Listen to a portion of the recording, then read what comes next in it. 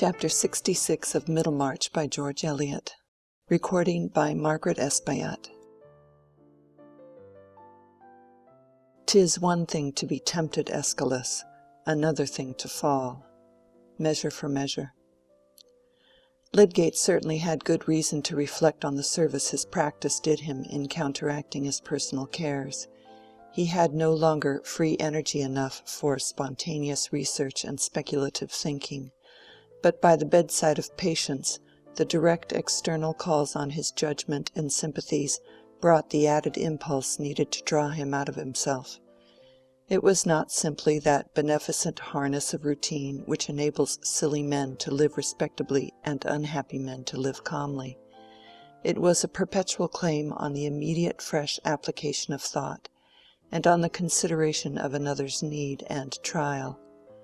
Many of us looking back through life would say that the kindest man we have ever known has been a medical man, or perhaps that surgeon whose fine tact, directed by deeply informed perception, has come to us in our need with a more sublime beneficence than that of miracle workers.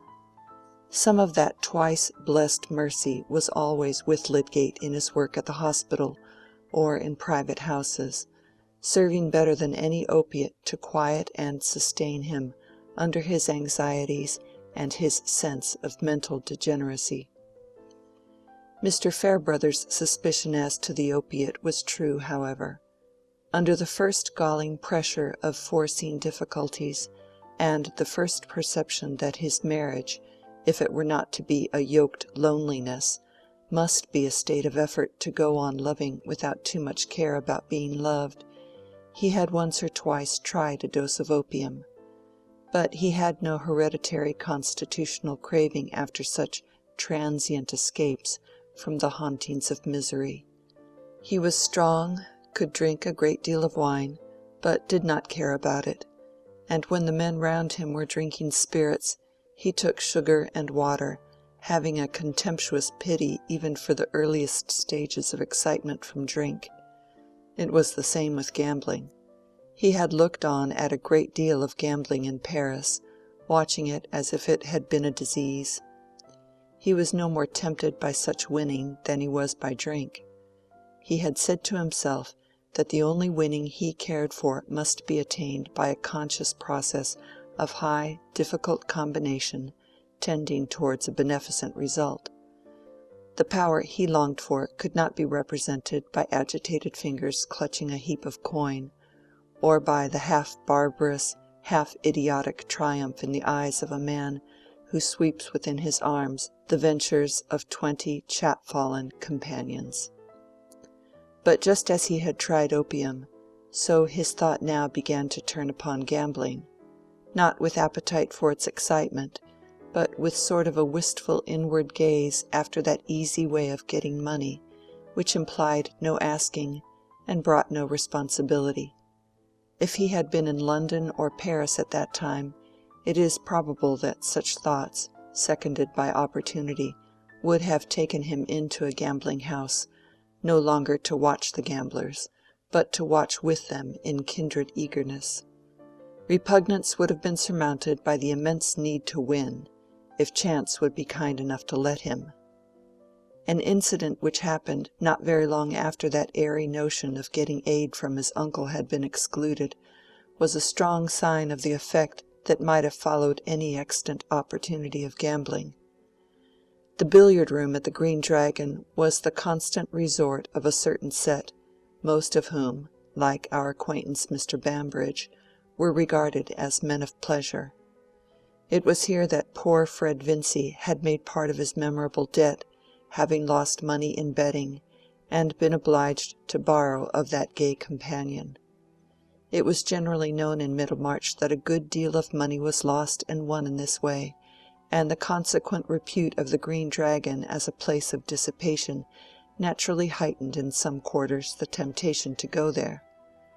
Probably its regular visitants, like the initiates of Freemasonry, wished that there were something a little more tremendous to keep to themselves concerning it, but they were not a closed community, and many decent seniors as well as juniors occasionally turned into the billiard-room to see what was going on. Lydgate, who had the muscular aptitude for billiards, and was fond of the game, had once or twice in the early days after his arrival in Middlemarch taken his turn with the cue at the Green Dragon, but afterwards he had no leisure for the game, and no inclination for the socialities there. One evening, however, he had occasion to seek Mr. Bambridge at that resort. The horse-dealer had engaged to get him a customer for his remaining good horse, for which Lydgate had determined to substitute a cheap hack, hoping by this reduction of style to get perhaps £20, and he cared now for every small sum, as a help towards feeding the patience of his tradesmen. To run up to the billiard-room as he was passing would save time. Mr. Bambridge was not yet come, but would be sure to arrive by and by, said his friend Mr. Horrock, and Lydgate stayed, playing a game for the sake of passing the time. That evening he had the peculiar light in the eyes and the unusual vivacity which had been once noticed in him by Mr. Farebrother. The exceptional fact of his presence was much noticed in the room, where there was a good deal of Middlemarch company, and several lookers-on as well as some of the players were betting with animation. Lydgate was playing well and felt confident. The bets were dropping round him, and with a swift glancing thought of the probable gain which might double the sum he was saving from his horse, he began to bet on his own play, and won again and again. Mr. Bambridge had come in, but Lydgate did not notice him. He was not only excited with his play, but visions were gleaming on him of going the next day to Brassing, where there was gambling on a grander scale to be had, and where, by one powerful snatch at the devil's bait, he might carry it off without the hook, and buy his rescue from his daily solicitings. He was still winning when two new visitors entered. One of them was a young Hawley, just come in from his law studies in town, and the other was Fred Vincy, who had spent several evenings of late at this old haunt of his. Young Hawley, an accomplished billiard player, brought a cool fresh hand to the cue, but Fred Vincy, startled at seeing Lydgate, was astonished to see him betting with an excited air, stood aside and kept out of the circle round the table. Fred had been rewarding resolution by a little laxity of late. He had been working heartily for 6 months at all outdoor occupations under Mr. Garth, and by dint of severe practice had nearly mastered the defects of his handwriting, this practice being, perhaps, a little the less severe that it was often carried on in the evening at Mr. Garth's under the eyes of Mary. But the last fortnight Mary had been staying at Lowick Parsonage with the ladies there, during Mr. Farebrother's residence in Middlemarch, where he was carrying out some parochial plans, and Fred, not seeing anything more agreeable to do, had turned into the Green Dragon, partly to play at billiards, partly to taste the old flavour of discourse about horses, sport, and things in general, considered from a point of view which was not strenuously correct. He had not been out hunting once this season, had had no horse of his own to ride, and had gone from place to place chiefly with Mr. Garth in his gig, or on the sober cob which Mr. Garth could lend him. It was a little too bad, Fred began to think, that he should be kept in the traces with more severity than if he had been a clergyman.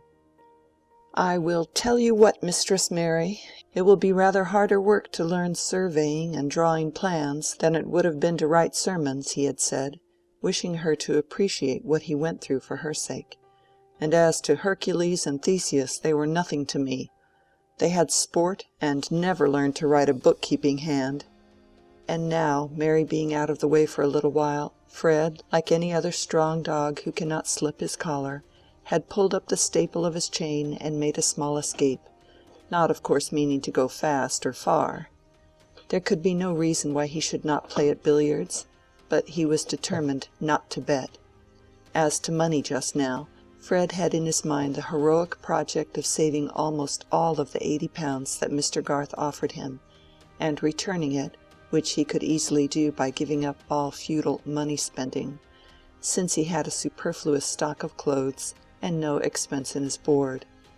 In that way he could, in 1 year, go a good way towards repaying the £90 of which he had deprived Mrs. Garth, unhappily at a time when she needed the sum more than she did now. Nevertheless, it must be acknowledged that on this evening, which was the 5th of his recent visits to the billiard-room, Fred had, not in his pocket, but in his mind, the £10 which he meant to reserve for himself from his half-year's salary, having before him the pleasure of carrying 30 to Mrs. Garth when Mary was likely to be come home again. He had those £10 in his mind as a fund from which he might risk something, if there were a chance of a good bet. Why? Well, when sovereigns were flying about, why shouldn't he catch a few? He would never go far along that road again, but a man likes to assure himself, and men of pleasure generally, what he could do in the way of mischief if he chose, and that if he abstains from making himself ill, or beggaring himself, or talking with the utmost looseness which the narrow limits of human capacity will allow, it is not because he is a spoony. Fred did not enter into formal reasons, which are a very artificial, inexact way of representing the tingling returns of old habit, and the caprices of young blood. But there was lurking in him a prophetic sense that evening, that when he began to play he should also begin to bet, that he should enjoy some punch-drinking, and in general prepare himself for feeling rather seedy in the morning. It is in such indefinable movements that action often begins. But the last thing likely to have entered Fred's expectation was that he should see his brother-in-law Lydgate, of whom he had never quite dropped the old opinion that he was a prig, and tremendously conscious of his superiority, looking excited and betting just as he himself might have done. Fred felt a shock greater than he could quite account for by the vague knowledge that Lydgate was in debt, and that his father had refused to help him, and his own inclination to enter into the play was suddenly checked. It was a strange reversal of attitudes. Fred's blond face and blue eyes, usually bright and careless, ready to give attention to anything that held out a promise of amusement, looking involuntarily grave and almost embarrassed, as if by the sight of something unfitting, while Lydgate, who had habitually an air of self-possessed strength, and a certain meditativeness that seemed to lie behind his most observant attention, was acting, watching, speaking with that excited, narrow consciousness which reminds one of an animal with fierce eyes and retractile claws. Lydgate, by betting on his own strokes, had won £16, but young Hawley's arrival had changed the poise of things. He made first-rate strokes himself, and began to bet against Lydgate's strokes, the strain of whose nerves was thus changed from simple confidence in his own movements to defying another person's doubt in them. The defiance was more exciting than the confidence, but it was less sure. He continued to bet on his own play, but began often to fail. Still he went on, for his mind was as utterly narrowed into that precipitous crevice of play as if he had been the most ignorant lounger there. Fred observed that Lydgate was losing fast, and found himself in the new situation of puzzling his brains to think of some device by which, without being offensive, he could withdraw Lydgate's attention, and perhaps suggest to him a reason for quitting the room. He saw that others were observing Lydgate's strange unlikeness to himself, and it occurred to him that merely to touch his elbow and call him aside for a moment might rouse him from his absorption.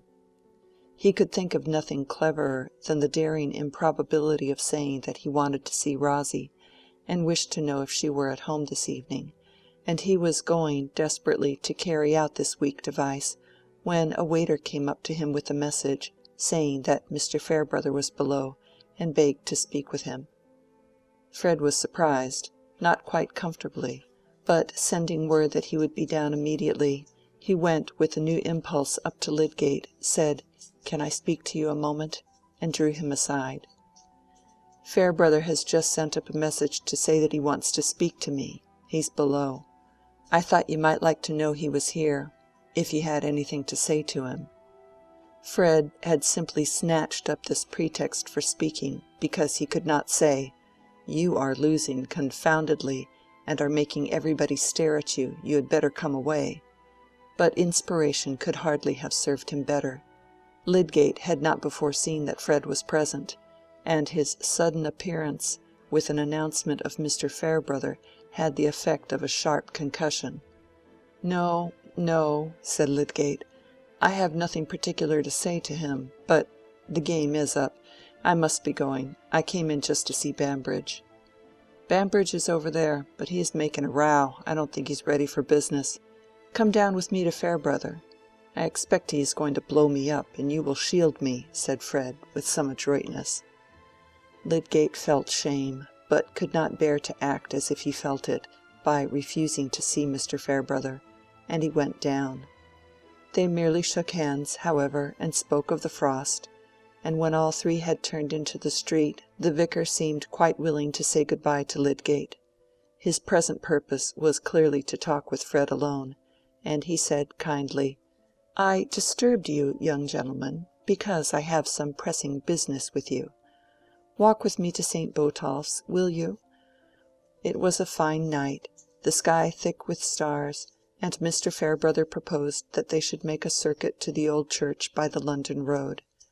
The next thing he said was, "I thought Lydgate never went to the Green Dragon." "So did I," said Fred, "but he said that he went to see Bambridge." "He was not playing then?" Fred had not meant to tell this, but he was obliged now to say, "Yes, he was, but I suppose it was an accidental thing. I've never seen him there before." "You have been going often yourself, then, lately?" "Oh, about 5 or 6 times." "I think you had some good reason for giving up the habit of going there?" "Yes, you know all about it," said Fred, not liking to be catechized in this way. "I made a clean breast to you." "I suppose that gives me a warrant to speak about the matter now. It is understood between us, is it not, that we are on a footing of open friendship? I have listened to you, and you will be willing to listen to me. I may take my turn in talking a little about myself?" "I am under the deepest obligation to you, Mr. Farebrother," said Fred, in a state of uncomfortable surmise. "I will not affect to deny that you are under some obligation to me. But I'm going to confess to you, Fred, that I have been tempted to reserve all that by keeping silence with you just now. When somebody said to me, 'Young Vincy has taken to being at the billiard table every night again. He won't bear the curb long,' I was tempted to do the opposite of what I am doing, to hold my tongue and wait while you went down the ladder again, betting first and then—" "I have not made any bets," said Fred, hastily. "Glad to hear it. But I say, my prompting was to look on and see you take the wrong turning, wear out Garth's patience, and lose the best opportunity of your life, the opportunity which you made some rather difficult effort to secure. You can guess the feeling which raised that temptation in me. I am sure you know it. I am sure you know that the satisfaction of your affections stands in the way of mine." There was a pause. Mr. Farebrother seemed to wait for a recognition of the fact, and the emotion perceptible in the tones of his fine voice gave solemnity to his words, but no feeling could quell Fred's alarm. "I could not be expected to give her up," he said, after a moment's hesitation. It was not a case for any pretense of generosity. "Clearly not, when her affection met yours. But relations of this sort, even when they are of long standing, are always liable to change. I can easily conceive that you might act in a way to loosen the tie she feels towards you. It must be remembered that she is only conditionally bound to you, and in that case another man, who may flatter himself that he has a hold on her regard, might succeed in winning that firm place in her love as well as respect which you had let slip. I can easily conceive such a result, repeated Mr. Farebrother emphatically. "There is a companionship of ready sympathy which might get the advantage even over the longest associations." It seemed to Fred that if Mr. Farebrother had had a beak and talons instead of his very capable tongue, his mode of attack could hardly be more cruel. He had a horrible conviction that behind all this hypothetic statement there was a knowledge of some actual change in Mary's feeling. "Of course I know it might easily be all up with me," he said, in a troubled voice. "If she is beginning to compare—" He broke off, not liking to betray all he felt, and then said, by the help of a little bitterness, "But I thought you were friendly to me." "So I am. That is why we are here. But I have had a strong disposition to be otherwise. I have said to myself, if there is a likelihood of that youngster doing himself harm, why should you interfere? Aren't you worth as much as he is? And don't your 16 years over and above his, in which you have gone rather hungry, give you more right to satisfaction than he has? If there's a chance of his going to the dogs, let him. Perhaps you could nohow hinder it, and do you take the benefit." There was a pause in which Fred was seized by a most uncomfortable chill. What was coming next? He dreaded to hear that something had been said to Mary. He felt as if he were listening to a threat rather than a warning. When the vicar began again, there was a change in his tone like the encouraging transition to a major key. "But I had once meant better than that, and I am come back to my old intention. I thought that I could hardly secure myself in it better, Fred, than by telling you just what had gone on in me. And now, do you understand me? I want you to make the happiness of her life and your own, and if there is any chance that a word of warning from me may turn aside any risk to the contrary, well, I have uttered it." There was a drop in the vicar's voice when he spoke the last words. He paused. They were standing on a patch of green where the road diverged towards St. Botolph's, and he put out his hand, as if to imply that the conversation was closed. Fred was moved quite newly. Some one highly susceptible to the contemplation of a fine act has said that it produces a sort of regenerating shudder through the frame, and makes one feel ready to begin a new life. A good degree of that effect was just then present in Fred Vincy. "I will try to be worthy," he said, breaking off before he could say, "of you as well as of her." And meanwhile Mr. Farebrother had gathered the impulse to say something more. "You must not imagine that I believe there is at present any decline in her preference of you, Fred. Set your heart at rest, that if you keep right, other things will keep right." "I shall never forget what you have done," Fred answered. "I can't say anything that seems worth saying, only I will try that your goodness shall not be thrown away." "That's enough. Good-bye, and God bless you." In that way they parted, but both of them walked about a long while before they went out of the starlight. Much of Fred's rumination might be summed up in the words, "It certainly would have been a fine thing for her to marry Farebrother, but if she loves me best, and I am a good husband—" Perhaps Mr. Farebrother's might be concentrated into a single shrug and one little speech. "To think of the part one little woman can play in the life of a man, so that to renounce her may be a very good imitation of heroism, and to win her may be a discipline." End of chapter 66.